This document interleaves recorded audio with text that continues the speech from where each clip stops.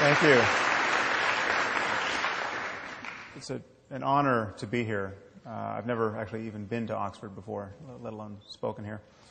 And needless to say, it's a great honor to be on the stage with my friend and colleague and actually one of my intellectual heroes, Richard Dawkins. So, as many of you know, we have spent the last several years publicly criticizing religion, and I can tell you that what you hear back when you do that are all the reasons why most people think that's a terrible thing to do. And the reasons are not so numerous. It turns out there's not 100 ways or reasons to rise to the defense of God. There really are only 3.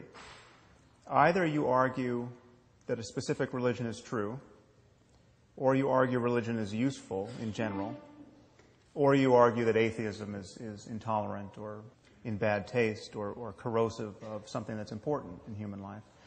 And it's interesting that people rarely argue for the truth of religion. Even fundamentalists, I find. Fundamentalists almost never come forward with evidence for miracles or the confirmation of biblical prophecy. Some do, but for the most part, that's not even their primary concern. Rather, it's the usefulness of religion, especially as a framework in which to think about morality, that people are willing to advocate for, and the commensurate danger of atheism, that atheism is somehow corrosive of morality. Now, the first thing to notice is that as an argument for belief in God, that is not only a bad argument, that's actually a non sequitur. I mean, religion could be useful, but completely empty of content. It could function like a placebo. And beliefs, really, you can't believe something or shouldn't be able to believe something merely based on its utility. Beliefs are not like clothing. You can't adopt them on the basis of comfort or utility. But people of faith, really to a man, are worried that unless we have a universal moral framework, unless we have a sense that words like good and evil and right and wrong actually mean something, then humanity will lose its way. And I actually share that fear. And I should point out that not all atheists do, but I do. And I want to tell you when this concern was first seared onto my brain. I was at a meeting at the Salk Institute. I believe it might have been one that Richard was at as well. And I gave a talk about morality, and I argued, as I will here tonight, that morality must relate at some level to questions of human and animal well-being. And the moment we admit this, we can see that certain moral codes are in fact worse than others. And I cited as an example the misogyny and sadism of the Taliban as an example of an orientation that was obviously less good than others. And at the end, another invited speaker approached me and said, "How could you ever say, from the point of view of science, that forcing women to wear burqas is wrong?" And I said, well, because the moment you admit right and wrong has something to do with human well-being, then it's obvious that forcing half the population to live in cloth bags and beating them or killing them when they try to get out is not a good way of maximizing it. And she said, well, that's just your opinion. And I said, okay, well, let's make it easier. Let's say we found a culture that was removing the eyeballs of children, every third child, say. Would you then agree that we'd found a culture that was not perfectly maximizing human well-being? And she said, well, it would depend on why they were doing it. So after my eyebrows returned from the back of my head, I said, okay, let's say they're doing it for religious reasons. Let's say they have a scripture which says every third should walk in darkness or some such nonsense. And she said, well, then you could never say that they were wrong. Now, you should know that I was speaking to a woman who was quite a sophisticated student of philosophy and science. In fact, she has since been appointed to the President's Council on Bioethics in the United States. She's one of 13 people advising President Obama on all of the ethical implications of medicine and progress in related science and technology. And she had just delivered a perfectly lucid lecture on the moral implications of advances in neuroscience, and she was especially concerned that we might be subjecting captured terrorists to fMRI-based lie detection technology. And she thought this would be a truly unconscionable violation of their cognitive liberty. So on the one hand, her moral scruples were really finely calibrated to recoil from the slightest perceived misstep in our war on terror, and yet she was totally detached from the very real suffering of millions of women in Afghanistan at this moment. So I view this double standard as a problem. And strangely, this is the erosion of basic common sense and moral goodness that religious people tend to be worried about. Now, I hope it's obvious to all of you, and will be even more obvious at the end of this hour, that religion isn't the answer to this problem. But it's inconvenient that the people who tend to agree with me about the necessity of a concept of moral truth are, by and large, religious demagogues and not our fellow secularists, and certainly not our atheists. So now how do we find ourselves in this situation? How is it that religious dogmatists and many scientifically oriented secularists agree about the limits of science? Well, it's thought that there are two quantities in this world. There are facts on the one hand, and there are values on the other. And it's imagined that these two are discrete entities that can't be understood in monistic terms. And it's imagined that science can't say anything about value. Science can't tell us the answers to the most important questions in human life. How should we raise our children? What constitutes a good life? In principle, science can't touch these things. Of course, everyone agrees that science can help us get what we value. I mean, once we agree that we value something, then science is a very useful tool. But it can't tell us what we ought to value. And so it's thought from the point of view of science that when we look at the universe, we just see one event following another. We just see a concatenation of causes. And there's no corner of the universe that announces certain events as good or bad or right or wrong. We make those judgments. But in doing that, we seem to be broadcasting our preferences onto a reality that is intrinsically value-free. And where do our preferences come from? Where do our notions of right and wrong and good and evil come from? Well, they clearly are the product of apish impulses and social emotions that have been drummed into us by evolution. And then they get modulated by culture. So you take something like sexual jealousy, for instance. We come from a long line of primate ancestors that were probably quite covetous of one another, despite the fact that everyone was covered with hair. And this possessiveness gets modulated by culture, and so we have something like the institution of marriage, say. And therefore, from the point of view of science, when you look at a statement like it's wrong to cheat on your spouse, it seems like that statement doesn't really track reality in any deep sense. This is just how apes like us learn to worry when we acquire language. It's just conventionally wrong. It can't be really wrong from the point of view of science. This is just an improvisation we're doing on the back of biology. Now, this is where religious people begin to get a little queasy, and I think they should. But they see no alternative, by and large, but to insert the God of Abraham into the clockwork as an invisible arbiter of moral truth. So it's wrong to cheat on your spouse because Yahweh deems that it is so, which is rather odd because in other moods Yahweh is fond of genocide and slavery and human sacrifice. Now I'm going to argue that this split between facts and values is an illusion. And my claim is that values are a certain kind of fact. They are facts about the well-being of conscious creatures. They are facts about the kinds of experiences it's possible to have in this universe. Now, in claiming that values reduce to the well-being of conscious creatures, I'm introducing two concepts, consciousness and well-being. Let's start with consciousness. This to my eye, is not at all an arbitrary starting point. Okay, imagine a universe without the possibility of consciousness. Imagine a universe just filled with rocks. Okay, there's nothing that it's like to be in this universe. Okay, the lights are not on in this universe. There's clearly no happiness or suffering. I would argue the concept of right and wrong, good and evil, simply doesn't apply. For changes in the universe to matter, they have to matter, at least potentially, to some conscious system. Now, what about well-being? It seems like the well-being of conscious creatures could be a controversial anchor for morality, but I don't think it should.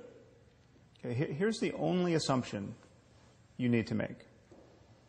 Imagine a universe where every conscious creature suffers as much as it possibly can for as long as it can. I call this the worst possible misery for everyone. The worst possible misery for everyone is bad. If the word bad is going to mean anything, surely it applies to the worst possible misery for everyone. Now, if you think the worst possible misery for everyone isn't bad, or that it might have a silver lining, or there might be something worse, I don't know what you're talking about. And what is more, I'm reasonably sure you don't know what you're talking about either. The moment you admit this, the moment you admit that the worst possible misery for everyone is the worst outcome, okay, then you have to admit that every other possible experience is better than the worst possible misery for everyone. So a continuum opens up.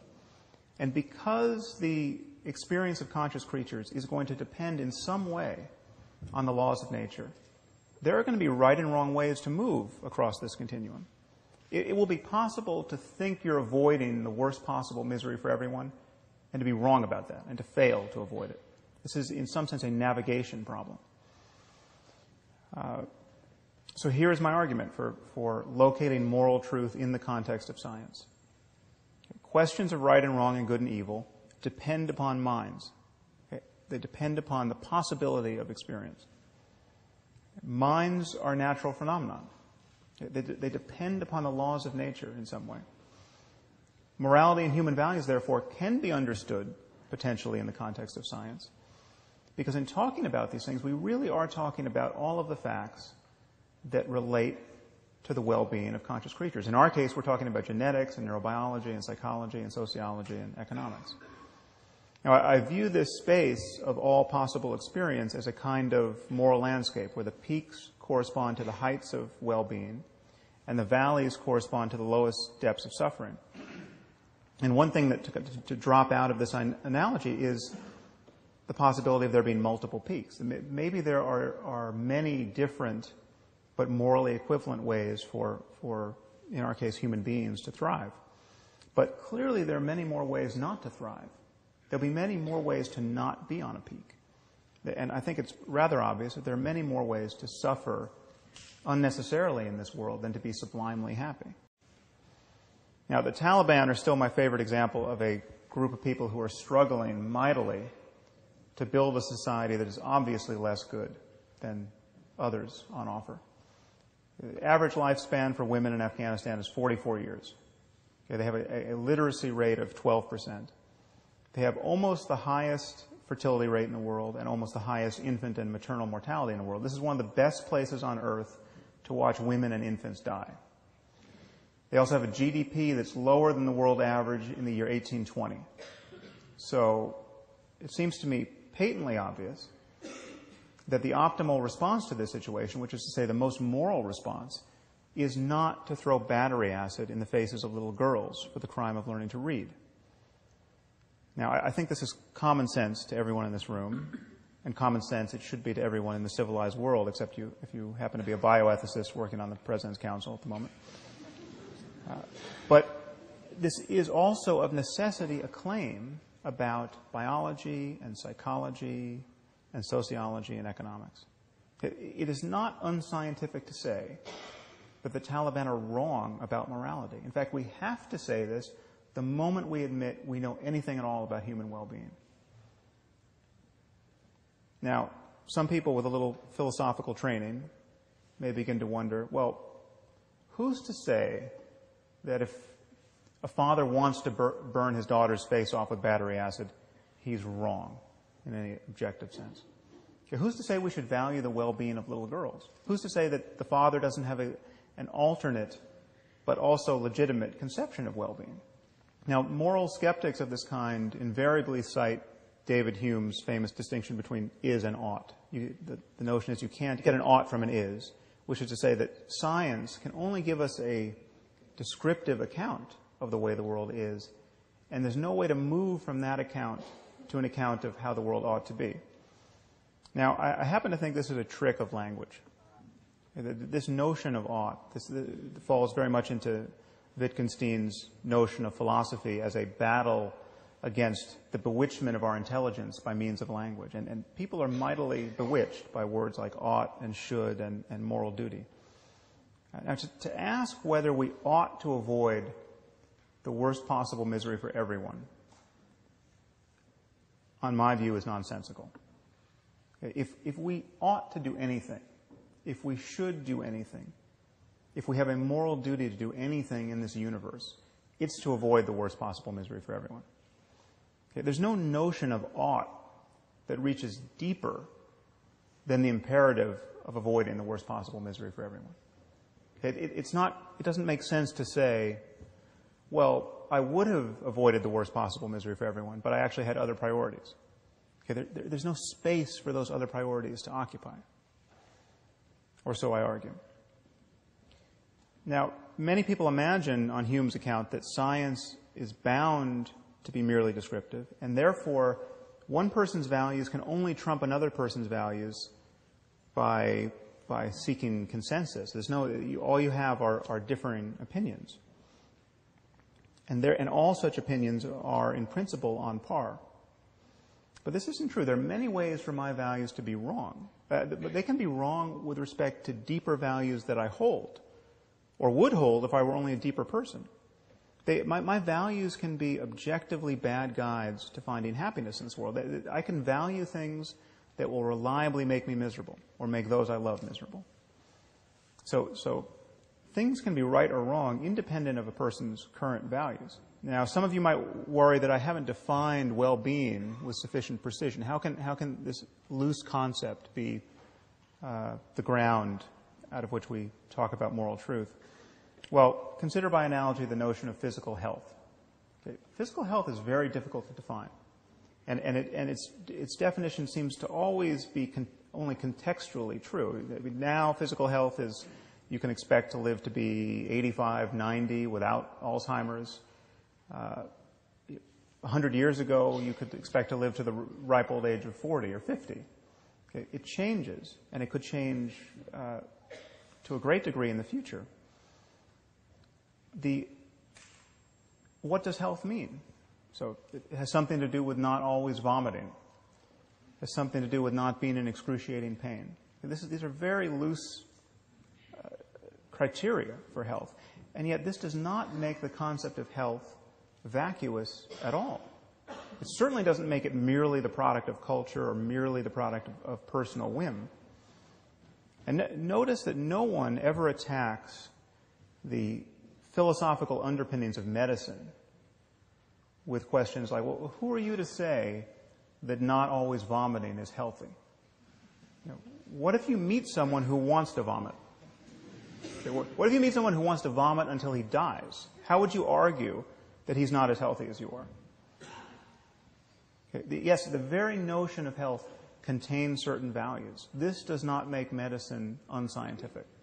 Okay, and I would argue that in talking about morality, we are actually talking about psychological health and the health of societies. The truth of this fact-value issue actually reaches deeper than that, because science has always been in the values business.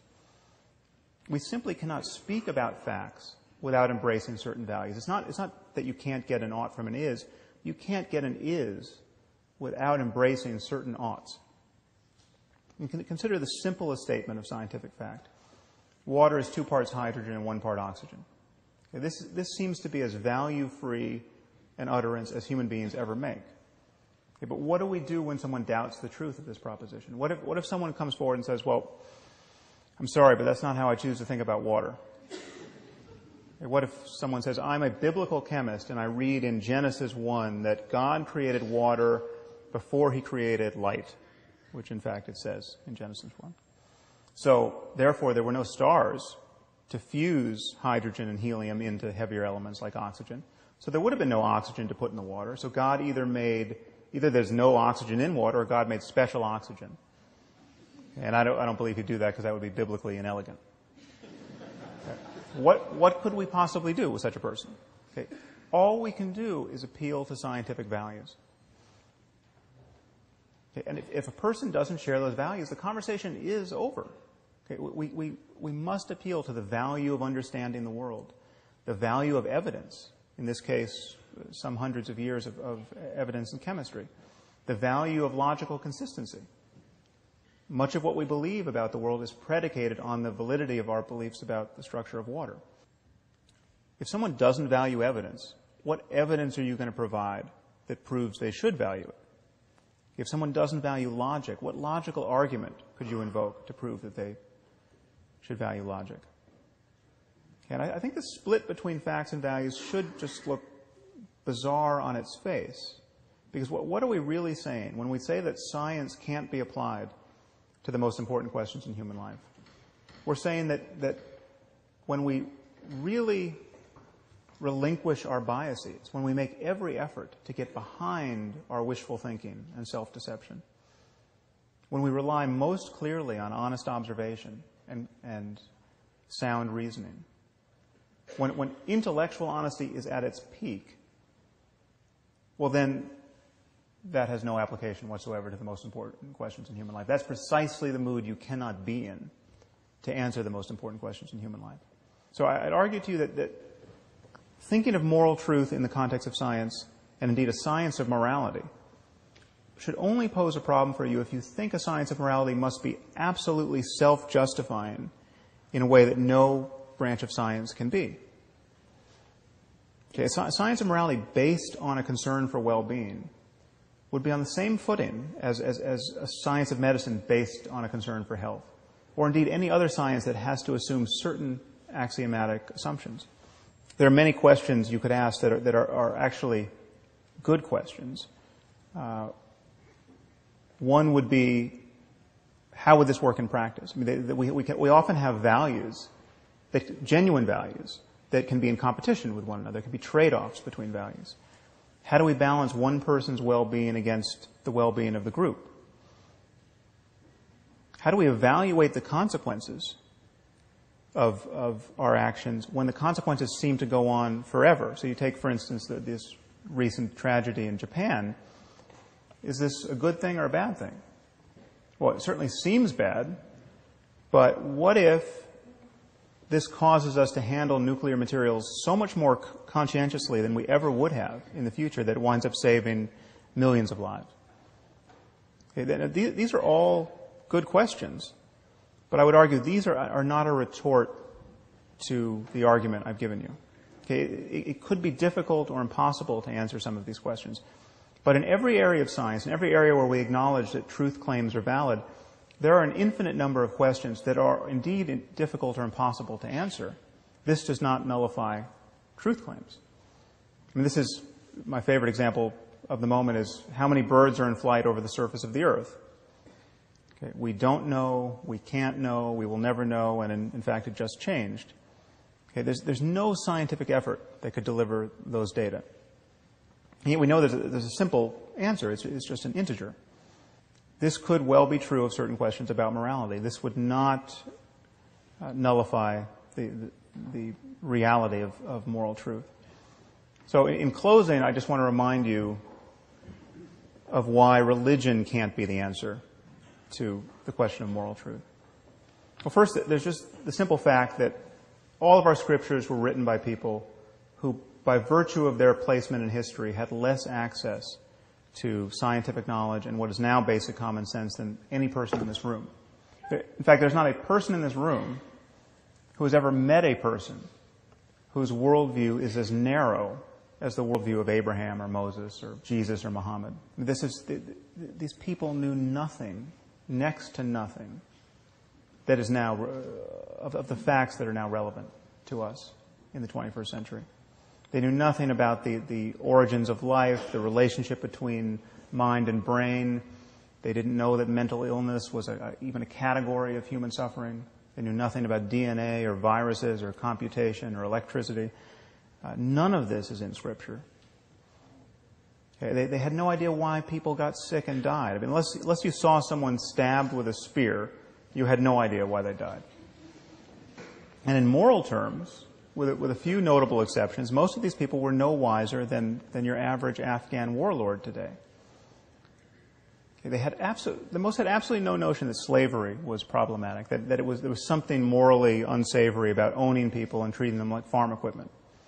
Okay, Jesus and his apostles couldn't see that slavery was worth condemning. In closing, I just want to suggest to you that just as we don't have Christian physics, though the Christians invented physics, and we don't have Muslim algebra, though the Muslims invented algebra, we at some point will not have Christian and Muslim morality. Okay, the truth has to float free of these provincial ideas. What remains for us to discover are all the facts that relate to genuine questions of human well-being. And the goal clearly is to build a global civilization based on shared values. Now, it seems to me the only tool we need to do that is honest and open inquiry. And if faith is ever right about anything in this space, it's just right by accident. Thank you very much.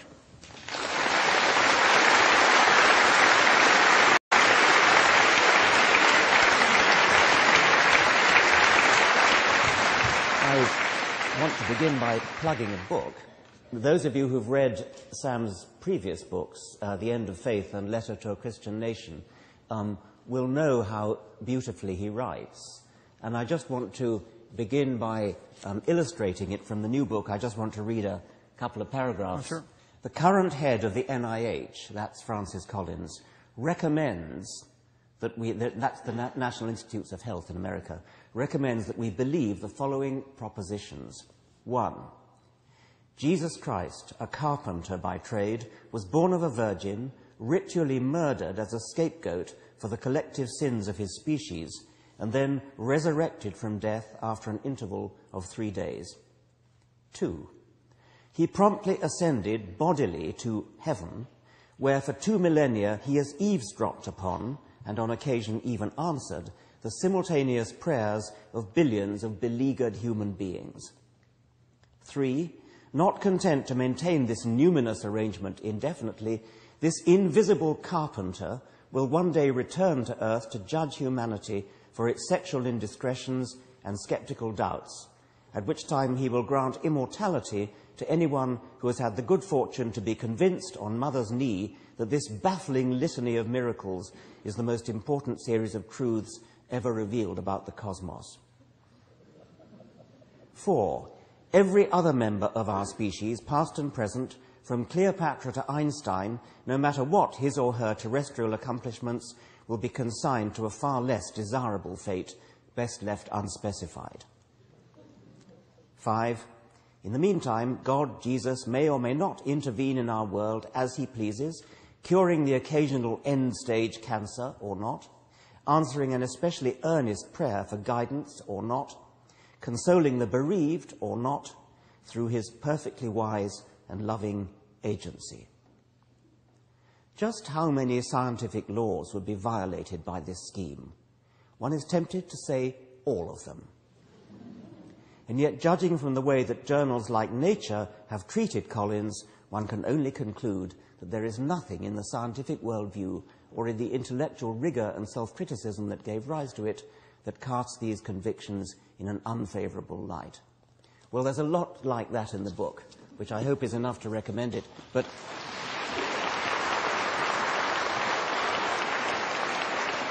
Sam, you began by talking about utility of belief, and people who say that religion is useful, has a utility, because it somehow gives us a moral compass. And you quoted religious people who say that, and of course they do.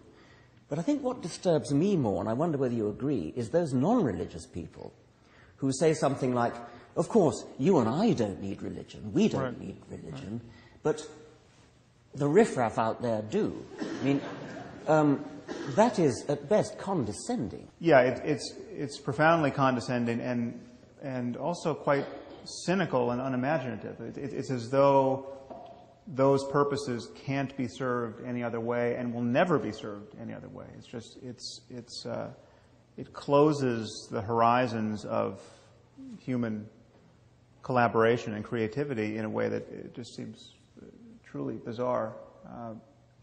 So yeah, it's not a well thought out position on the part of our fellow secularists.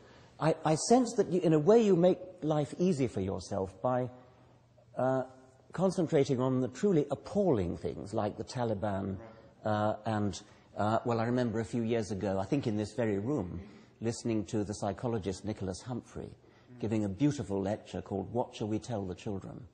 And he spoke about a girl who archaeological evidence shows was sacrificed, I think, to the sun god in Peru, I think a few centuries ago. And he quoted anthropologists who speculated that this girl was no doubt looking forward to being sacrificed, the great honor it was to her to be sacrificed. And Humphrey was quoting the same kind of moral relativists as you've been quoting. And he then got spectacularly and movingly angry. How dare these anthropologists say such things? How dare we, listening to documentaries on our televisions about things, get a sort of warm, glowy feeling about this girl fulfilling her ambitions because of her religious belief? Do you happen to know that? The history of human sacrifice is truly amazing to contemplate. There's a book entitled Human Sacrifice by last name Davies. I actually cite it in my afterword to Letter to a Christian Nation, which is on my website. But it's astonishing that almost any culture you could name had a tradition of human sacrifice. And I actually don't doubt that people went willingly and eagerly to their deaths, because if you have the requisite beliefs, it makes sense. It was believed that you could engage this one-way dialogue with the ancestors by just going to meet them. You could cure the king of his venereal disease and save all the people you love from the wrath of God by being sacrificed. Now, of course, other people were sacrificed involuntarily as well, but one of the embarrassing things about Christianity is it stands astride this truly contemptible history, not as any kind of departure from it. Christianity is not a religion that rejects human sacrifice. It's a religion that celebrates a single human sacrifice as though it were fully effective. And people tend to elide this kind of bizarre commitment. But to the point of making things easy for myself, you're not the first, inevitably, incidentally, to point that out, that I've made things easy for myself. But it's actually, unless you have an argument against these clear cases, it seems to me you don't have an argument at all for moral relativism. Yes, that's right. I mean, you've got a baseline for your landscape, but so that the peaks can kind of stand out from this baseline that presumably everybody will agree to. Yeah. But you do come up against, and you mention them, of course, both in your talk and in your book, the sort of standard problems with utilitarianism. I mean, I take it you would describe your philosophy as a kind of scientific utilitarianism. Yeah, it's a kind of, or more broadly speaking, consequentialism. But the reason why I don't eagerly answer to that name is that everyone thinks they know that there's just an obvious stalemate between consequentialism and its rivals, and that makes sense. And I think it's many of the concepts and many of the distinctions in moral philosophy have prevented us from actually thinking about moral truth in the context of science. So I'm presenting a new argument, and there are many aspects of my argument that don't track consequentialism. One of the problems with consequentialism is that people don't think very imaginatively about what counts as a consequence. So you have the classic trolley problem, that many of you have probably heard of. This is ubiquitous now in moral philosophy and in neuroscientific research on morality. You have a train coming down the track, and it's going to hit and kill 5 workmen who don't see it coming. But you stand at a switch, and you can throw the switch, and the train will take another track, and there it will only kill 1 workman. And so people are asked, should you flip that switch? Now, when asked this, 95% of people say, well, absolutely, you have to flip that switch. You save a net 4 lives. You'd be a moral monster not to do that. But you can pose the problem another way. You now stand on a footbridge overlooking the trolley track. The trolley's coming down the track, and there's a suitably large person at your side who you can push into the path of the oncoming trolley, killing him, obviously, but saving a net 4 lives. And now, posed under this guise, 95% of people say you would be a monster to push that fat man onto the track. Now, I happen to think this is somewhat ill-posed because I think we all have an intuitive physics, and we burn a fair amount of fuel wondering whether the fat man is really going to stop the trolley. But even if you finesse it and make it clear that he will, they seem different, these situations. Now, from the usual consequentialist point of view, people say, well, it's the same. You just have body count. Actuarially, this is the same scenario. But maybe it is, in fact, not the same. If it is just fundamentally different to push a person up close and personal to his death than to flip a switch, if that difference can never be reformed, then they're not, in fact, the same. If you're going to wake up with nightmares for the rest of your life because you pushed someone, but feel like a hero because you flipped a switch, those are the consequences that have to be built into our analysis. And there are many ways in which the traditional discussion of these issues breaks down. That's another version of that one is the hospital, where there's one patient who needs a kidney transplant, another patient needs a heart transplant, another patient needs a lung transplant, another patient needs a liver transplant, and there are no organs available. But then the doctors notice that there's somebody in the waiting room who has a perfectly healthy one of all these things. So you can kill one to save 4. And it's the same point, that the positive act of killing somebody is one that nobody warms to. But just imagine if we all lived in a society where at any moment you could be sitting in your doctor's office thinking you're getting a checkup, and you could be grabbed and vivisected for the sake of others. We would live in constant terror. So these are the kinds of consequences you have to think of. But again, my argument is, if something matters, it has to matter. It has to be amenable to a discussion of the conscious experience of conscious creatures. And so I use well-being as a kind of catch-all for that mattering. If it doesn't matter, it doesn't matter. If there are differences, if there are trade-offs in which we all recognize this is a different world, but it's sort of just as good as world A is sort of just as good as world B, but different, well, then it doesn't matter. If there's one slice of pie here, and if I get it or Richard gets it, the other can't get it, there is a zero-sum opposition here, but how different is a world in which he gets it versus the one I get it? Well, it's different to one of us, but globally speaking, it's not so different. These are issues in which we have to ask whether differences matter or not in some kind of global sense. Now, this doesn't necessarily give us guidance in every traditional moral conundrum, but my argument is that the most important moral decisions are ones in which it's not zero-sum. The most important moral decisions are the ones where all boats will start to rise with the same tide. I mean, just ask yourself, how good could human life be? I mean, how could we build a global civilization in which the maximum number of people truly flourish? Solving that problem is not going to entail working 1 billion people to death as slaves for all of our enjoyment. I mean, those are the kinds of examples that are given. We're so deeply social. Our happiness is so obviously predicated on the creativity and flourishing of others we're not atomized selves where our selfishness can be maintained in opposition to all others. The only way to be wisely selfish in this world is to care about others. And when you look at the kinds of things sane people want, like love and friendship and community, I mean, these are intrinsically social and non-zero-sum concerns.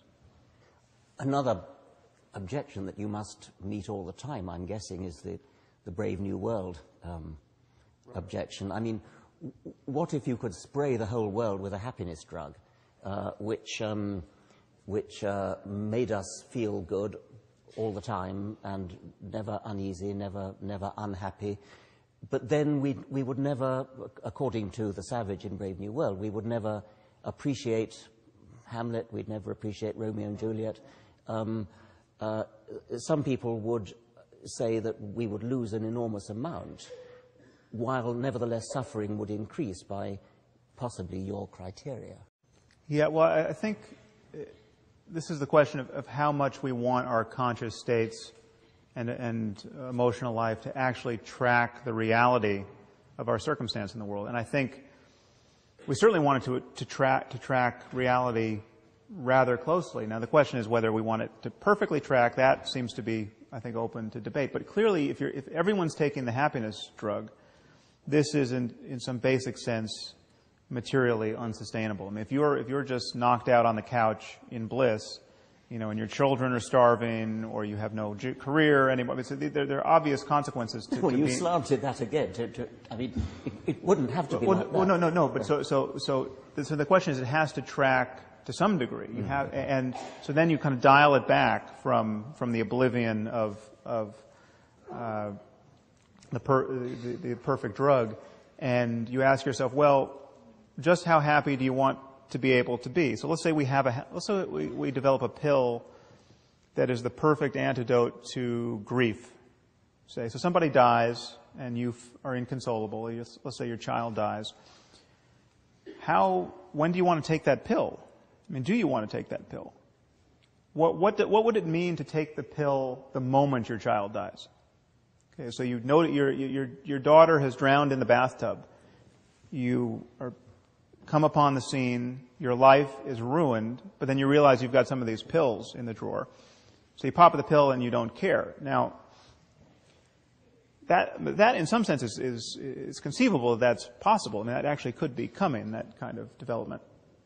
The question is, what are you forsaking? I mean, what does it mean to love someone and to be completely inured to their death in the very moment of their death? I mean, so much of what we value in our lives is an actual sensitivity to reality. Now, would you never want to take that pill? I don't know. It's possible that somebody could just not be grieving so terribly after the death of someone close to them that you would want to take a little bit of the pill. I mean, you would want to take an antidepressant as we do now. That seems to me to be perfectly sane. But there's this gray area where the question gets interesting, and perhaps we'll never feel that we have a clear-cut right answer. But it's clearly not the pill that leaves you just immune to any changes in the world that are actually relevant to your relationships with those you care about and your understanding of what's going on in the universe. You're facing the classic problems that moral philosophers have faced for a long time, and you're well aware of them, and you've discussed some of them today, some of them in the book. There's the trolley problem, the problem of how you value human happiness against that of other species, which is in your book, but which you haven't referred to tonight. That's another difficult problem. Problems of sacrificing some people for the happiness of others. All these are difficult problems which have faced moral philosophers for a very long time. But you appear to be bringing to those problems a new thought, which is that science, as opposed to just philosophic thinking, reasoning, could help. Now, moral philosophy is the application of scientific logical reasoning to moral problems. But you are actually, again, you didn't mention it so much in your talk, but in the book, bringing your neurobiological expertise to bear, which is a sort of a new way of doing it. Can you tell me a bit about that? Because I'm not quite clear how doing neurophysiology kind of adds to our insight into these moral problems. Well, I actually think that the frontier between science and philosophy actually doesn't exist. I think when we don't have, when a question is not operationalized, when we don't have an experiment we can perform, when we don't know how to get data, then we tend to be talking the talk of philosophy. But the moment, philosophy is kind of the womb of the sciences, and in fact it was physics at one point was called natural philosophy. The moment something becomes experimentally tractable, then these sciences bud off from philosophy. And I think every science has philosophy built into it. So there is no partition in my mind. But the relevance of neuroscience is born of the fact that everything we experience, everything we care about, every instance of something mattering to us is at bottom a state of our brain. So you can go one better than just asking somebody what makes you happy. You can actually measure their brainwaves or something. Well, yeah, this goes to the question of whether we will ever have mind-reading machines, and I think we do have mind-reading machines. They're incredibly primitive now, but with fMRI you can make judgments about what someone is thinking, potentially in real time. And for instance, a graduate student in the lab I came from, where I did my work at UCLA, analyzed my data on belief. I did a study of belief and disbelief, and we just put people in the scanner and had them read statements that were either clearly true or clearly false or clearly uncertain, and we just looked for the difference in the brain between truth and falsity, and we compared them to uncertainty as well. And so I published a couple of papers on belief based on that. But then someone else came back with a different analysis that was called a machine learning analysis, where they actually looked to see if they could just, based on the raw data, determine whether a person believed something or not in any given trial. So in question number 75, did this person believe it to be true or false? And they could detect that with 95% accuracy. And there have been many other experiments that can tell, where it's been demonstrated, where we can see whether you are thinking of a person or a place, etc. Now, that could become arbitrarily precise in the future, and it is certainly a possible prospect that you could have your brain scanned and you could find out stuff about yourself that is not obvious upon introspection, but is nevertheless true of your subjectivity and is formative of your subjectivity. So, and actually, you don't even need brain scanning technology to discover this. We know that if you are shown that a pattern of kind of racist judgment can be detected in virtually everyone, and certainly virtually everyone who thinks they don't have a racist bone in their body. I mean, if you show white people, pictures of white and black faces, they're going to much more readily associate negative terms to black faces than white faces. And this is something that they're psychophysical paradigms that make it just impossible to correct for this, and you are just embarrassingly slower to associate positive terms to another race. And everyone comes out of these experiments mortified, but it's just in fact true of you. Now, you could take that further and have your brain scanned and find out, how much do you love your wife. You could be shown pictures of your wife and think about your wife, and then you could think about your last wife, and some rather mortifying comparisons could be done there that you wouldn't want to talk about, perhaps. So this is, insofar as, and again, there could be some limit we would run up against with the technology. It could just be so, as a physical fact, that we will only be able to discriminate we'll only be able to correlate our subjective states with our neurophysiology only so closely. But I think mind-reading machines are a real possibility in the future. Some people would find this prospect very frightening, very alarming. Yeah. I think one of the most spectacular examples is the evidence that decisions are taken in our nervous system before we consciously know it. So Yeah. when we decide to do something, little do we know that several seconds earlier we've already decided, which is another example of where science can actually get inside our minds better than we can, so to speak. Yeah, and that actually torpedoes the whole notion of free will. I think you actually don't need a notion of free will in order to have a notion of moral truth, and this is something that is very counterintuitive to people. But we know free will is a non-starter philosophically and scientifically. Now, many people struggle not to admit this, but however our mental life is caused, it is caused either by prior causes or by some randomness intruding, but whether it's purely deterministic or there's determinate causes combined with some randomness, neither offer a space for free will to operate. I mean, just imagine if all of your experience were caused by someone at a computer just determining what you feel and do and say and want. That's clearly not a circumstance of free will. Now imagine if that person just was determining in all of that, but 10% of the time threw some dice or introduced some other mode of randomness into the process.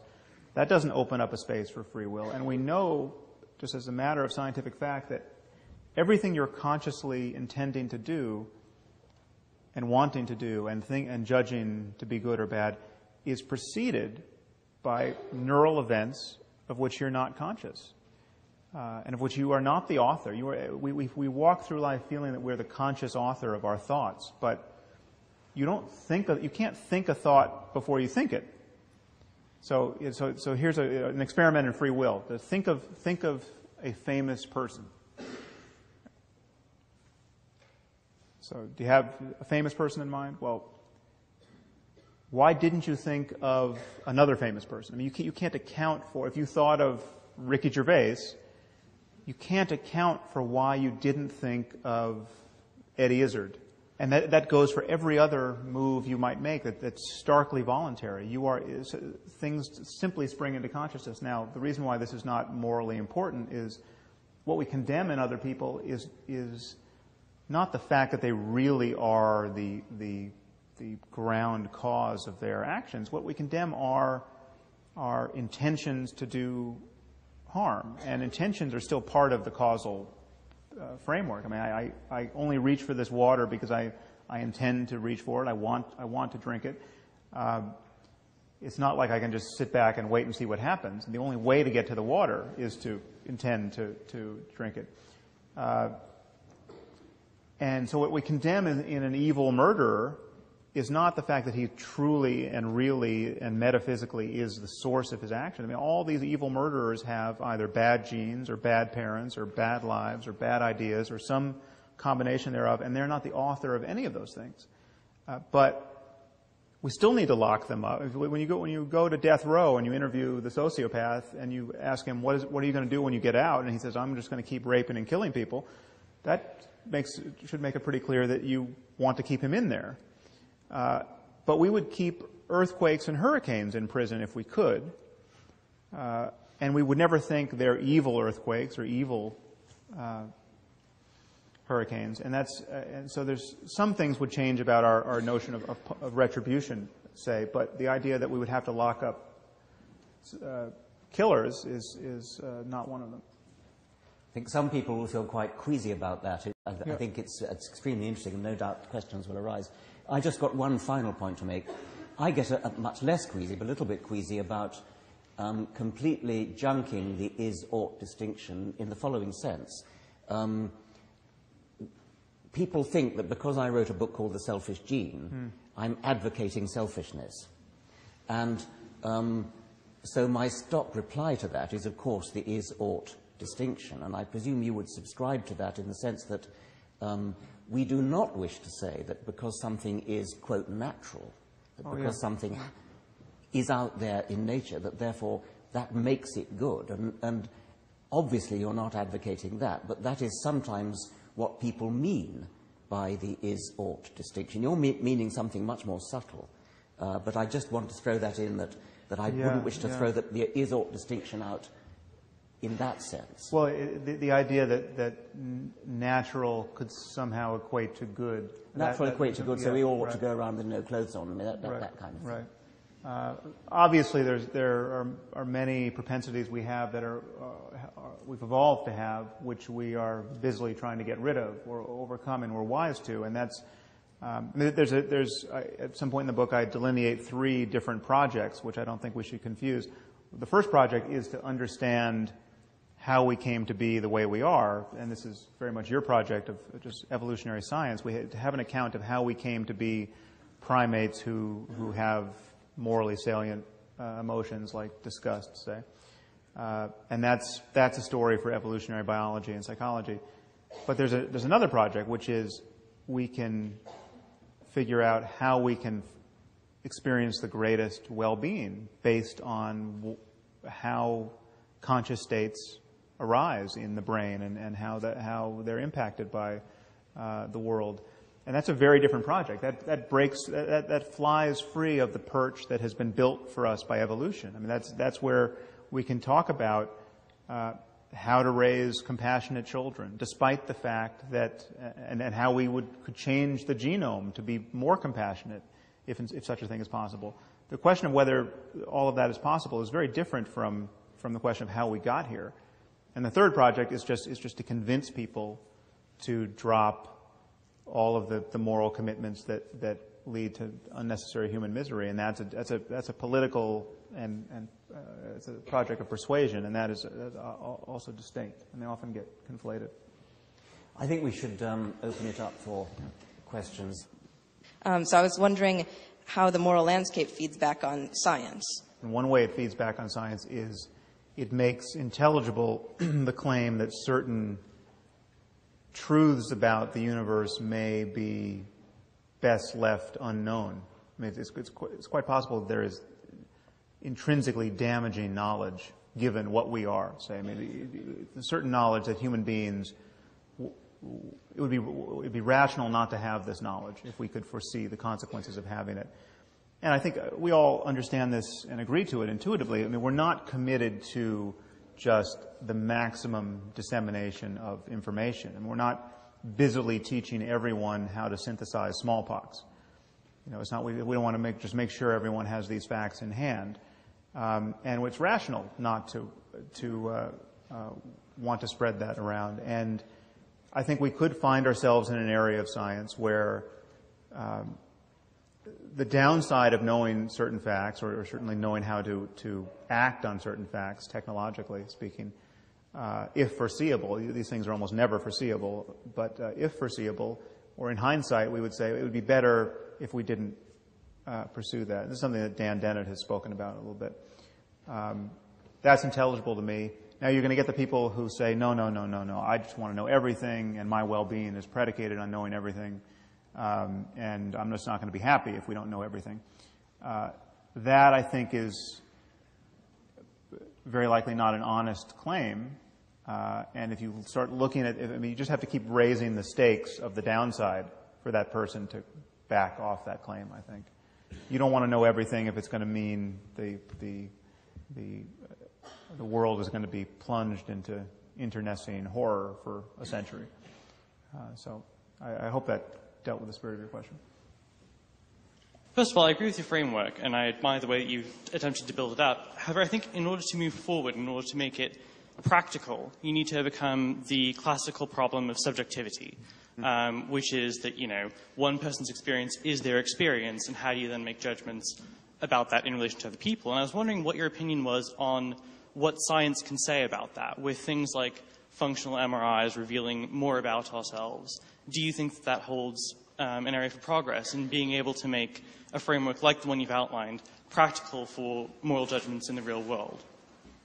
Yeah, well, this concern really visits us everywhere in the sciences of mind. How is it that you can study human subjectivity and make objective claims about first-person facts? There's a lot of confusion around this issue of subjectivity versus objectivity, and because we use these words in two distinct ways. In an epistemological way, which describes how we reason about the world, and in an ontological way, in terms of what there just is to be reasoned about. And clearly we can reason and speak and think objectively about subjective facts. And we do this all the time in psychology and neuroscience. And we can talk about depression. We can talk about what it's like to be you. We can talk about whether you feel the pain in your right knee or your left knee. These are subjective facts. These are first-person facts. And yet you don't have to be self-deceived or illogical or merely led by wishful thinking to talk. I mean, these are not merely these are in the purview of science. Now, it's always a tricky experimental question just how much you can take somebody's word for their experience. I mean, we're not incorrigible judges of our experience. We can be wrong. We can be self-deceived. You can put me in an experiment where I think I'm choosing something based on my previous history of liking red versus blue, say, but I have been primed unconsciously by the experimenters to choose what I chose, and I have absolutely no subjective insight into it, and yet it is actually, we can prove, the cause of my behavior. So people can be wrong about their subjectivity, and I think we can be wrong about just not just the unconscious sources of it, but we can actually be wrong about its character. We can just be bad witnesses to what it's like to be us in the context of consciousness, and consciousness therefore is trainable. We can learn to make discriminations that are more refined. But if it's a problem for morality, it is a problem for every scientific study of every state of consciousness, psychology and cognitive neuroscience. You mentioned consequentialism. Do you think that's a sufficient basis for morality? I do if you revise it the way I have attempted to. I think consequences are what matter. So when you bring forward a traditional retort to consequentialism like deontology or like Kant's categorical imperative, that only makes sense as a moral framework if, in fact, its consequences are good. If you have consequences that are obviously horrible, it would no longer count as a rule for morality. And so, too, with a Rawlsian analysis of justice, say. Now, if you're going to go with Rawls and say that justice, it's not well-being that we care about, it's justice or fairness, say. Well, give me a world that maximizes justice, but which leads to the needless misery of millions. I mean, if the perfectly just world, the perfectly fair world, immiserates millions who, if you turn the dial of fairness just a little bit, wouldn't suffer in that way, well, then you want to turn that dial. It only counts as a moral precept because we recognize, I think rightly, that fairness and justice are hugely beneficial to us, and we all tend to profit from a system in which fairness and justice rank very high on our list of moral concerns. But I think the cash value is always the consequences in terms of what I'm calling well-being. And again, well-being is like health; it can keep absorbing the next thing we care about. If you come forward and say, no, you don't understand, there's this other thing that's so important that you're neglecting to consider, its importance is always going to show up in terms of positive changes in the conscious states of any conscious creature that could experience that thing. Yeah. This last hour has been a lot of fun to listen to because we've been engaging in what seems like a very thoughtful, fruitful, intelligent exercise in secular moral reasoning, which is an important thing to do. But I think why we all came here is because you seem to be claiming to do something much, much more interesting than that. Namely, that you could appeal to science to say something that's objectively true about morality, rather than simply use science as a way to feed us facts into the normal secular moral reasoning that we'd all like to think we could engage in. Yet when you put down the philosophical cornerstone of your case, you seem to appeal to common sense, sort of low-hanging fruit. Wouldn't everybody say it's objectively wrong, or it's really bad, as you put it, when you sort of qualify your statement? Wouldn't you say it's bad to throw acid on someone's face? We'd all say it's bad, but that's not the philosophically interesting case that you were proposing to make. So it seems like you may be caught between either making a common sense argument on the one hand, or an inability to define your position in a strong sense on the other hand. How are you making that really interesting claim that we can turn to science to tell us what's objectively morally true without simply referring to the low-hanging fruit of throwing acid on people's faces and so on? Yeah, good question. Well, the moment you grant that we're talking about well-being, that we're right to talk about well-being, we can't conceive of something else to talk about in this space, then all of the facts that determine well-being become the facts of science, because well-being is emerging out of the laws of nature in some way. Our conscious states are constrained quite clearly by the laws of nature, whatever they turn out to be. If they entail ectoplasm rising off the brain at death and going to the Christian hell, we're still talking about the way the universe is, and that would have to fall into the purview of some completed science. Now, obviously, there's no reason to believe in any of that. So you could ask a question like, just how important is compassion, say? I mean, what is compassion? What is the genetic basis for compassion? Is there what are the practices and uses of attention and institutions that allow compassion to thrive or diminish it? And if there's a trade-off, I mean, just how important is compassion, and how, if we have a tension between compassion and bureaucratic efficiency, say, what is the right balance there? Now, again, these are all the details at the level of brains and the level of lived experience are incredibly complicated. If you get to conditions where it's just not at all clear which way to go, you're getting to conditions where figuring out which way to go in detail would be incredibly complicated, much more complicated than economics. And economics is still struggling to be a science.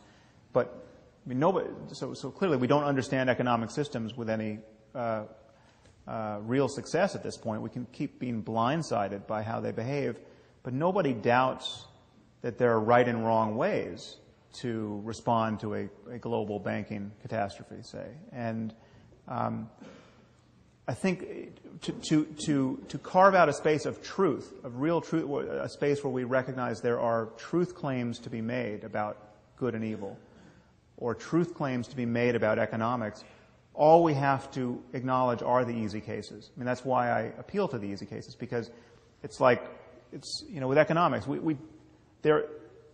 economists can disagree about how to respond to a global economic crisis.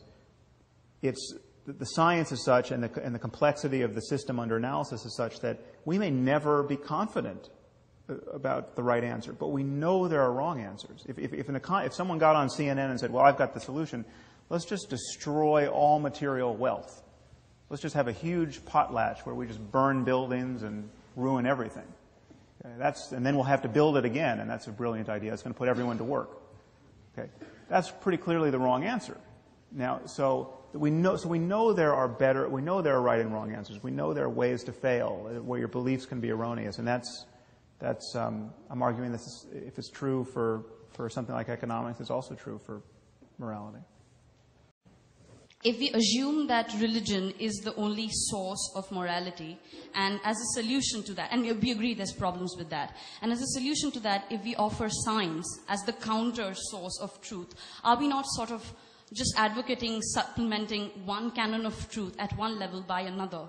As opposed to which, as Professor Dawkins said, wouldn't the better solution be to advocate a scientific process of reasoning as a better means of achieving at morality than at science as a source of morality? So don't you think the focus of science should be on advocating an increased acceptance of scientific reasoning than as science in itself as a canon of truth?